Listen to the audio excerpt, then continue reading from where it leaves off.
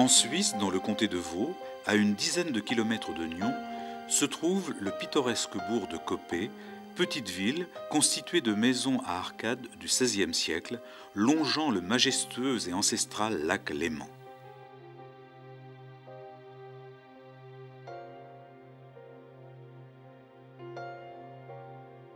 Le château de Coppet domine cette contrée chargée d'évocations historiques. Il fut lui-même, au début du XIXe siècle, le centre névralgique du ralliement de l'élite européenne et de la pensée philosophique, littéraire, politique de l'époque. Stendhal déclarait d'ailleurs « Se tiennent à Coppet les états généraux de l'opinion européenne ». Il faut dire que l'illustre hôte de ce château n'est autre que l'impétueuse et brillante Madame de Staël, qui savait rassembler autour de sa personne la fine fleur de l'intelligentsia, Chateaubriand, Byron, Sismondi, Benjamin Constant, Goethe, pour lutter entre autres contre l'impérialisme napoléonien, prôner des idées libérales et deviser sur le devenir de la société de l'époque. Dans tous les pays où il y aura de la vanité, le goût sera mis au premier rang parce qu'il sépare les classes et qu'il est le signe de ralliement entre tous les individus de la première. Stendhal écrira également « À Coppet, il se dépensait plus d'esprit en un jour que dans le reste du monde en un an. »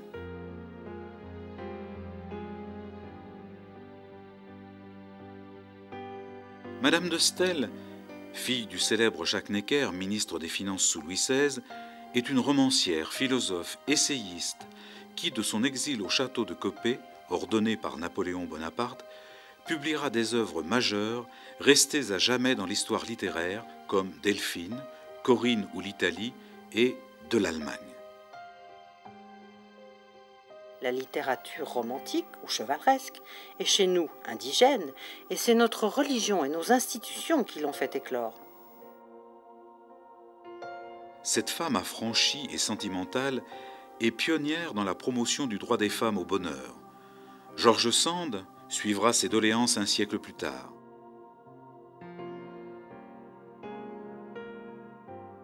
Elle est également précurseur de la diffusion du romantisme allemand en Europe. Elle écrira « La culture des lettres m'a valu plus de jouissance que de chagrin. Il y a dans le développement et le perfectionnement de son esprit une activité continuelle, un espoir toujours renaissant que ne saurait offrir le cours ordinaire de la vie. Tout marche vers le déclin dans la destinée des femmes, excepté la pensée, dont la nature immortelle est de s'élever toujours. » Comprendre, c'est pardonner. Anne-Louise Germaine Necker est venue au monde le 22 avril 1766 à Paris. Son père, qui n'est ni français ni catholique, sera pourtant le ministre des Finances de Louis XVI.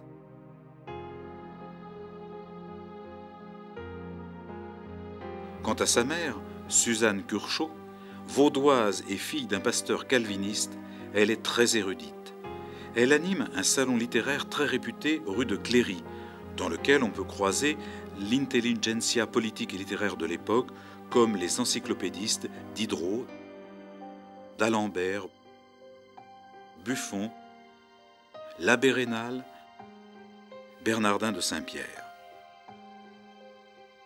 Les parents de Germaine Necker, future Madame de Staël, sont de fervents calvinistes prônant de hautes vertus morales tout en conservant une grande ouverture d'esprit et une authentique tolérance. Ainsi, leur fille reçut en héritage à la fois l'engouement pour les considérations politiques et la ferveur pour tout ce qui a trait à la philosophie et à la littérature. La littérature romantique est la seule qui puisse exister et se vivifie de nouveau. Elle exprime notre religion, elle rappelle notre histoire. Il faut dire que sa mère a offert une éducation à sa fille de haut vol, comprenant entre autres l'apprentissage des langues, l'anglais, le latin, de la récitation, de la diction, de la danse et de la musique.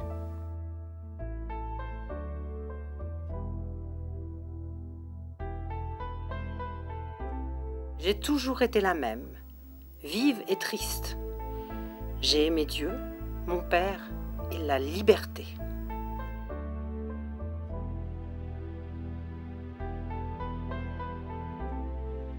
Dès l'âge de 12 ans, la petite Germaine, très érudite, avait son petit tabouret réservé dans le salon littéraire renommé de sa mère.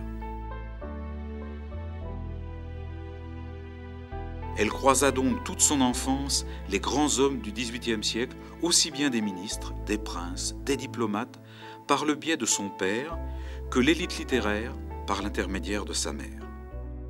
À l'époque, elle conversait déjà talentueusement avec ces illustres personnages qui construisaient la grande histoire. Son aisance naturelle en déroutera certains. Pourtant, tous apprécieront cette jovialité intellectuelle si fraîche et audacieuse. Il n'y a point de société, point de salon, point de mode, point de petits moyens journaliers de faire effet en détail. En mai 1784, Jacques Necker acquiert le superbe château de Coppet, situé dans le comté de Vaud, dont est originaire son épouse.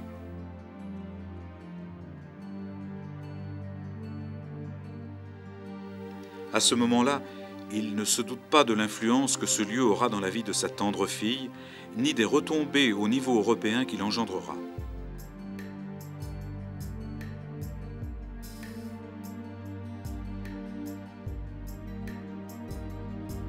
Par la suite, on qualifiera le château Coppet, lieu où avait soufflé le génie. Le château de Coppet, qui domine majestueusement le lac Léman, est un monument tout en harmonie.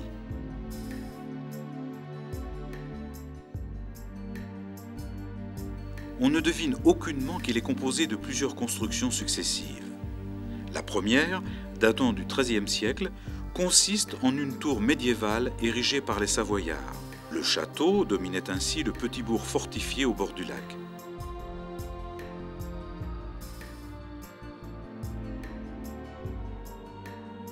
Puis, entre le XVIIe et le XVIIIe siècle, on ajouta à l'édifice consécutivement une aile sud, un pavillon à demi-tour, un corps de logis et en dernier lieu une aile nord.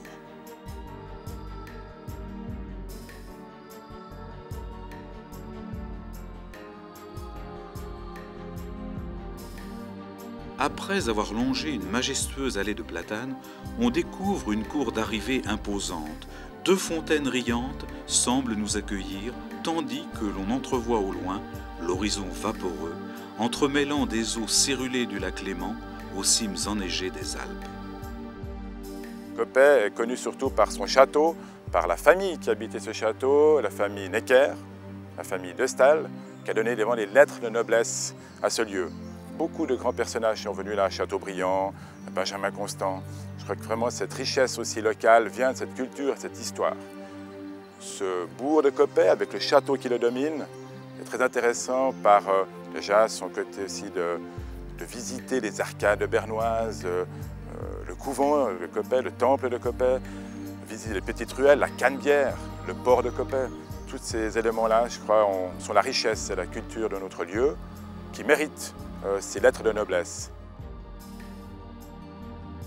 On imagine la jeune Germaine Necker pénétrant dans le somptueux parc du château par la grille en fer forgé sur laquelle sont gravés les monogrammes NC, correspondant aux initiales de N pour Necker et de C pour son épouse née Curchod, l'ensemble étant coiffé d'une couronne de baron.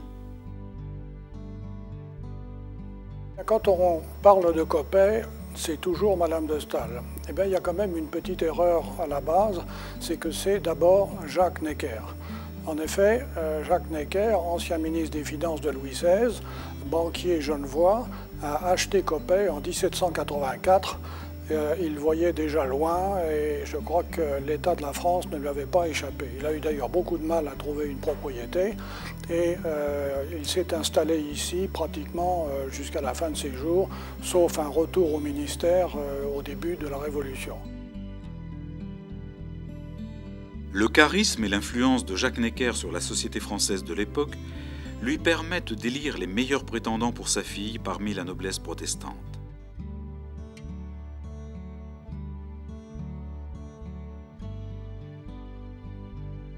Ainsi, en janvier 1786, Germaine Necker épouse son Excellence Éric Magnus, baron de Stel de Holstein, chevalier de l'Ordre de l'Épée, chambellan de Sa Majesté la Reine de Suède et ambassadeur extraordinaire de Sa Majesté suédoise à la cour de France.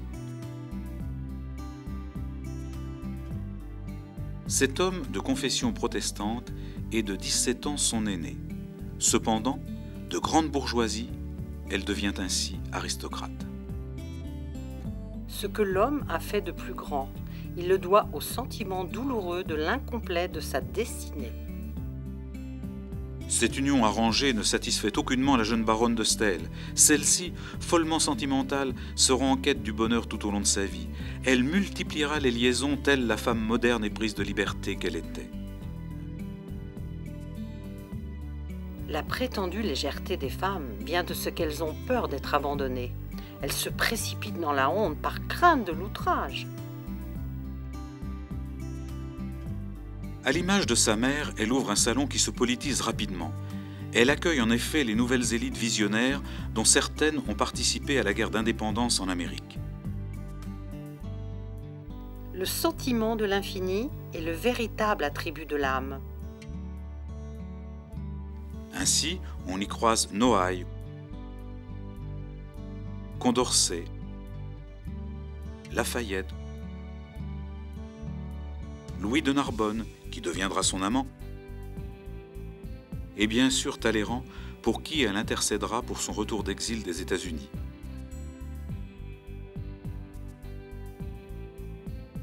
Le salon de la baronne de Stel ne tarde pas à devenir un salon incontournable de la capitale.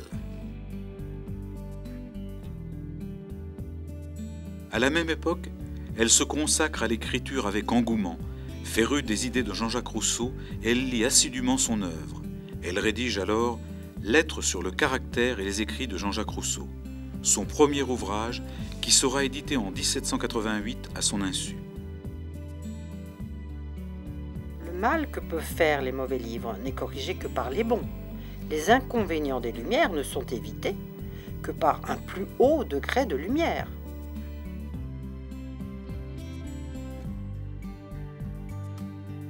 Le succès est immédiat. Sa notoriété dans le monde littéraire et politique s'accroît fortement. Imprégnée de la philosophie des Lumières, la Révolution de 1789 ne fait que la conforter dans ses idées de liberté. À partir de 1792, sa situation devient très délicate, car tandis qu'elle affiche son soutien à la monarchie constitutionnelle, elle se met à dos les républicains et les tenants de l'absolutisme. Le grand salon du château de Coppet revêt une atmosphère particulière. On imagine aisément la romancière et son père, le puissant Necker, devisant de politique intérieure dans ce décor fastueux, respirant l'opulence de l'époque. Un portrait de Jean-Jacques Rousseau rappelle également l'adoration que la baronne portait pour ce grand homme.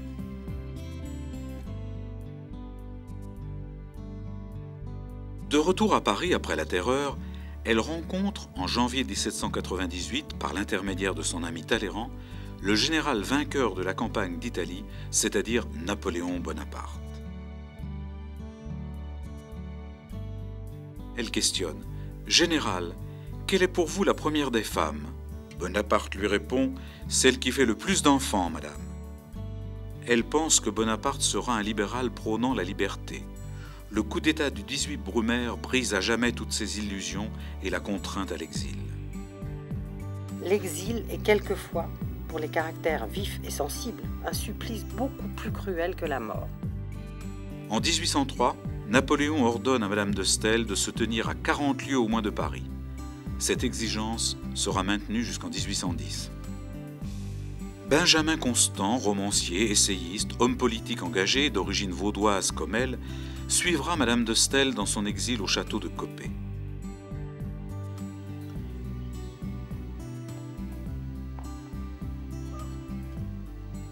Il faut dire qu'elle est devenue veuve en 1802. Sa longue liaison passionnée avec l'illustre écrivain sera l'une des plus notoires et spirituellement enrichissantes de l'histoire littéraire.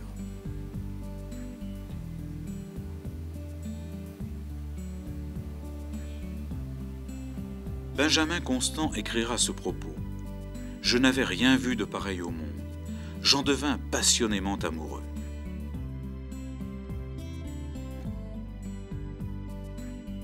L'amour est un égoïsme à deux.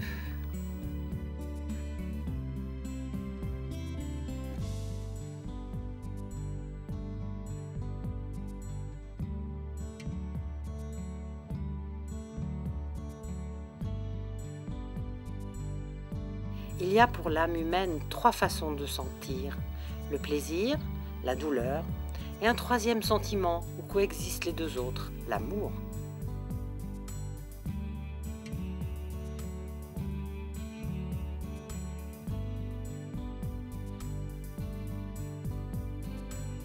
Le besoin de Madame de Staël de tout diriger, et les incartades de son amant, notamment avec Madame de Récamier, son amie fidèle, mettront pourtant à mal cette relation amoureuse, pourtant très fructueuse intellectuellement.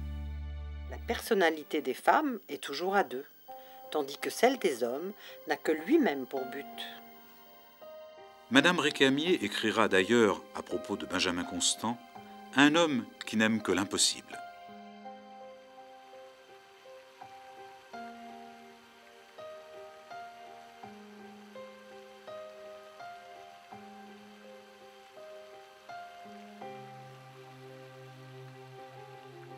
Depuis son château d'exil, Madame de Staël continue, en rédigeant des romans engagés, de provoquer le pouvoir absolu de France, c'est-à-dire Napoléon Bonaparte. Le respect de l'histoire est inconnu à cet homme, qui ne conçoit le monde que comme contemporain à lui. Elle avait précédemment publié des œuvres très remarquées par la critique, comme De l'influence des passions sur le bonheur des individus et des nations, en 1796, et de la littérature, considérée dans ses rapports avec les institutions sociales en 1800. Ainsi, la publication de Delphine en 1802, depuis le château de Coppet, connaît un important succès dans toute l'Europe, tout en exaltant les critiques de Napoléon à son encontre. En effet, dans ce roman, elle dénonce ouvertement la régression de la condition féminine qui découle directement du Code civil français promulgué par l'empereur et qui se trouve être particulièrement répressif à l'égard des femmes. Benjamin Constant et Chateaubriand, plus prudents que la jeune femme, ne publieront rien de peur de s'attirer les foudres de Napoléon. Celui-ci écrira en parlant de Madame de Staël: « Sa demeure à Coppet était devenue un véritable arsenal contre moi. On venait s'y faire armer chevalier. Elle s'occupait à me susciter des ennemis et me combattait elle-même. »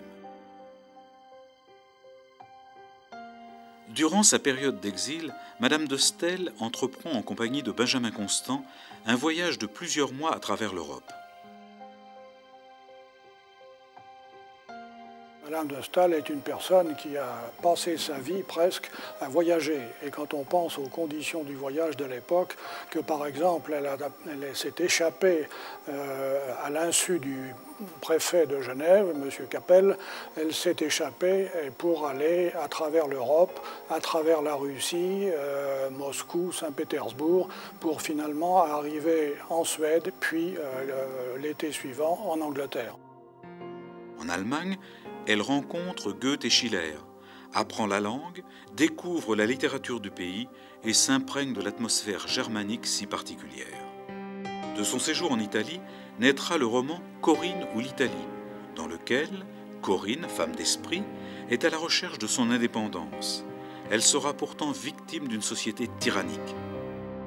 On a tort de craindre la supériorité de l'esprit et de l'âme. Elle est très morale, cette supériorité.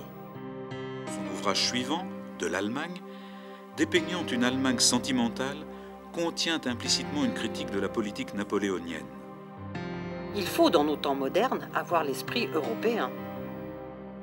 Imprimée en 1810, l'œuvre sera interdite de reproduction et les livres seront pilonnés sous l'ordre d'un Napoléon très en colère.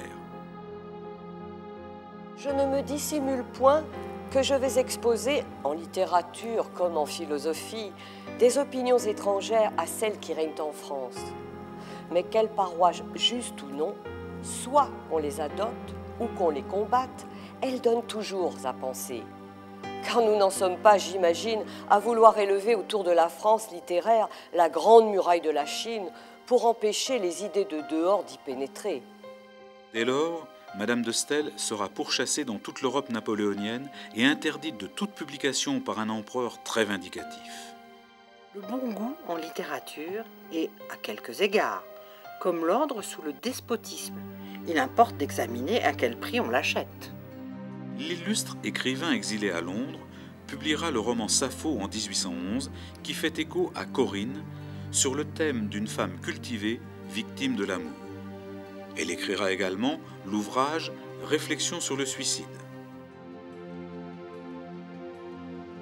Rentrée en France en 1814, elle s'éteindra le 14 juillet 1817 à Coppet, où elle repose aux côtés de son père dans le charmant parc du château. L'œuvre de Madame de Staël est particulièrement liée au contexte politique de son époque et aux circonstances de sa vie. La postérité la considérera comme une femme influente et ambitieuse qui a su par son audace et ses écrits défier le pouvoir régnant. Elle réussit à réunir pendant son exil autour de sa personne un groupe d'amis ouverts sur le monde dans son château de Coppet, à défaut de pouvoir tenir salon à Paris. Cette assemblée de grands esprits européens, poètes, penseurs, écrivains, hommes d'État, que l'on appellera plus tard le groupe de Coppet, comprenait entre autres Sismondi, Lord Byron, Benjamin Constant, Juliette Récamier. Le château se transformera en un véritable laboratoire cosmopolite du romantisme, de la littérature, de la pensée historique et de la philosophie politique. Stendhal appellera cela les états généraux de l'opinion européenne. Il ajoutera « À mes yeux, ce phénomène s'élève jusqu'à l'importance politique. Si cela durait quelques années, les décisions de toutes les académies de l'Europe en pâliraient. Je ne vois pas ce qu'elles ont à opposer à un salon où les Dumont, les Bonstetten, les Prévost, les Pictet, les Romilly, les De Broglie, les Brougham, les Debrème, les Schlegel, les Byron discutent les plus grandes questions de la morale et des arts devant mesdames Necker de Saussure, De Broglie, de Staël.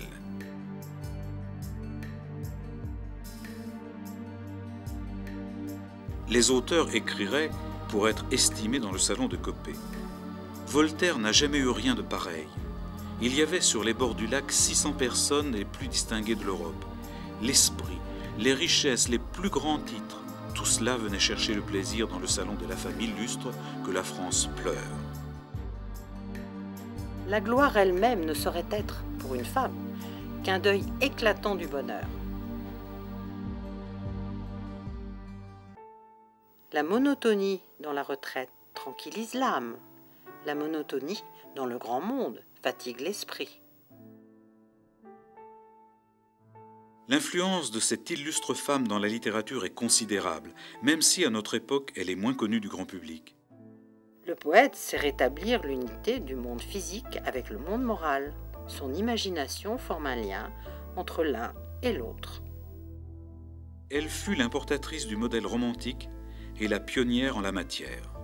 Son roman De l'Allemagne fit office de guide pour des écrivains notoires comme Lamartine ou Quinet.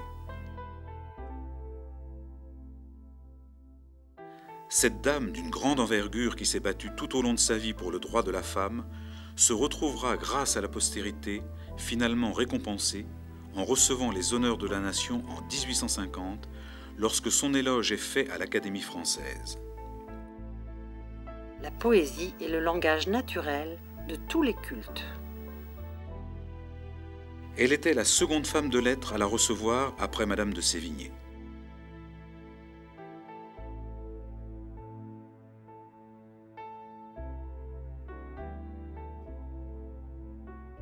Les idées nouvelles déplaisent aux personnes âgées. Elles aiment à se persuader que le monde n'a fait que perdre au lieu d'acquérir depuis qu'elles ont cessé d'être jeunes.